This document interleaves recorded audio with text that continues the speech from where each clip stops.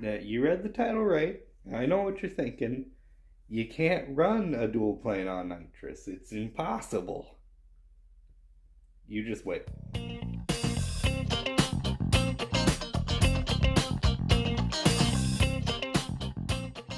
So, before we get to the meat of the video, I got my carburetor spacer plate done. Let me show you what I got going here. On the past couple videos, we noticed this ledge right here and the, mismatched port that we have going on.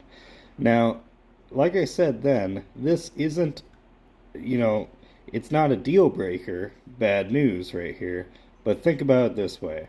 If you saw that right there between your head and your intake, you'd be port matching that. Well, same thing applies up here. Air's rushing down this way, getting caught on these ledges, causing turbulence. But more importantly than that, this nitrous plate. Check it out. It was discovered that these very end nitrous holes here are pointed directly at this ledge. I mean, they come down at an angle like this, and they're spraying directly at this ledge. Hold everything. I was just editing that part into the video, and could that be part of the reason why the dual planes have this negative stereotype about nitrous? Because of that hitting the ledge and causing mismatched stuff? On with the video. Yeah, not the most ideal setup in the world, right? So what we were trying to do is take a 4-hole spacer, and we were going to grind it out to not only lift this up so that you could overshoot that ledge, but just clean up this whole thing in general. We took this and we turned it into this. Check that out, huh? And now we have a perfectly smooth transition into here, right?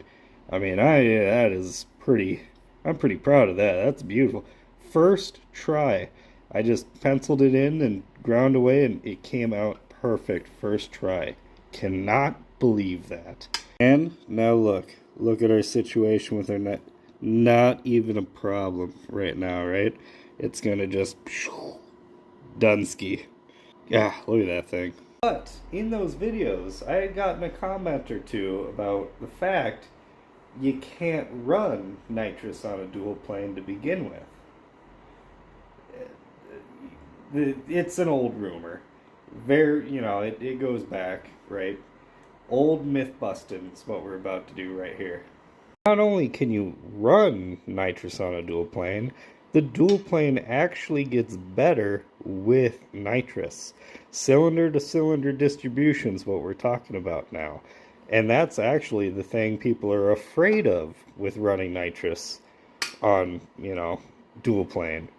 The fact that they're afraid that the cylinder to cylinder distribution will get worse. In fact, it gets better. Not only does it get better, seemingly, it gets better with the more nitrous you have. The exact opposite of what people are afraid of. But here's some numbers to prove my claim, okay? Engine Masters did this exact test to figure out what happens. Well, this is what happened. Here's the first dyno graph. Check this out. This is an Na pole in red versus a nitrous pole in black. They were doing a 125 shot. Look at the red lines in comparison to the black lines after the nitrous hit.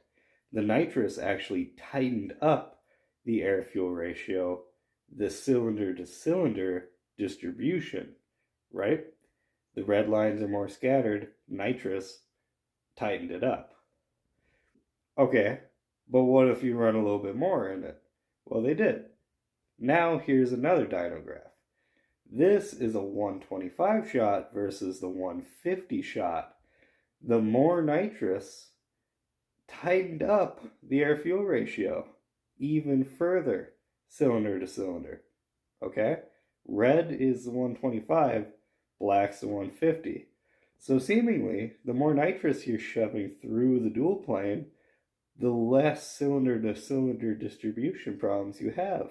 And I mean, it kind of makes sense, doesn't it? I mean, once you start shooting a lot of extra stuff into here, the volume of the intake is getting fuller. You're using more of the volume of the actual plenum of the runners themselves. The more volume you're taking up, the less of a chance that some are going to get less, because as a whole, it is fuller. And that's going to continue with the more nitrous you shove through this. The more nitrous you're shoving through this, the more you're filling the intake itself. The fuller the intake, the less of a chance some are going to get left out. The more even everything will get, up to a certain point.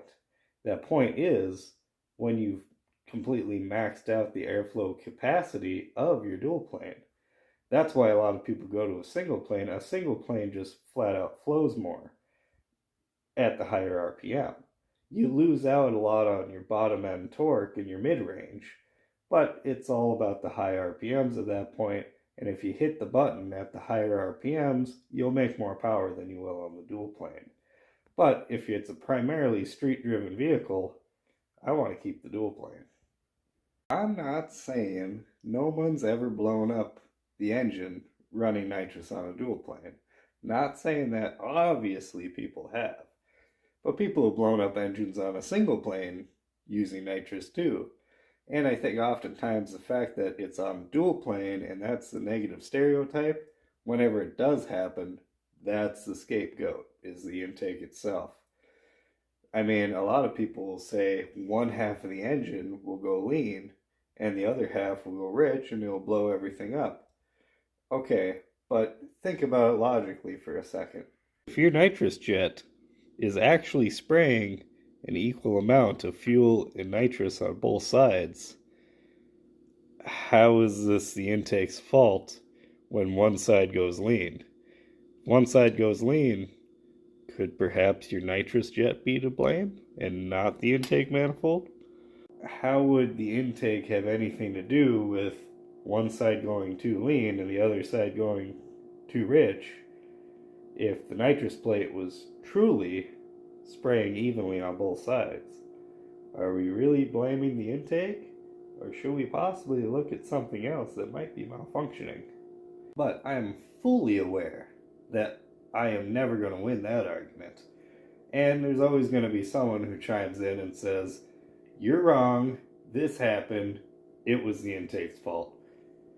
Alright, put it in the comments section. Let's hear the stories, right?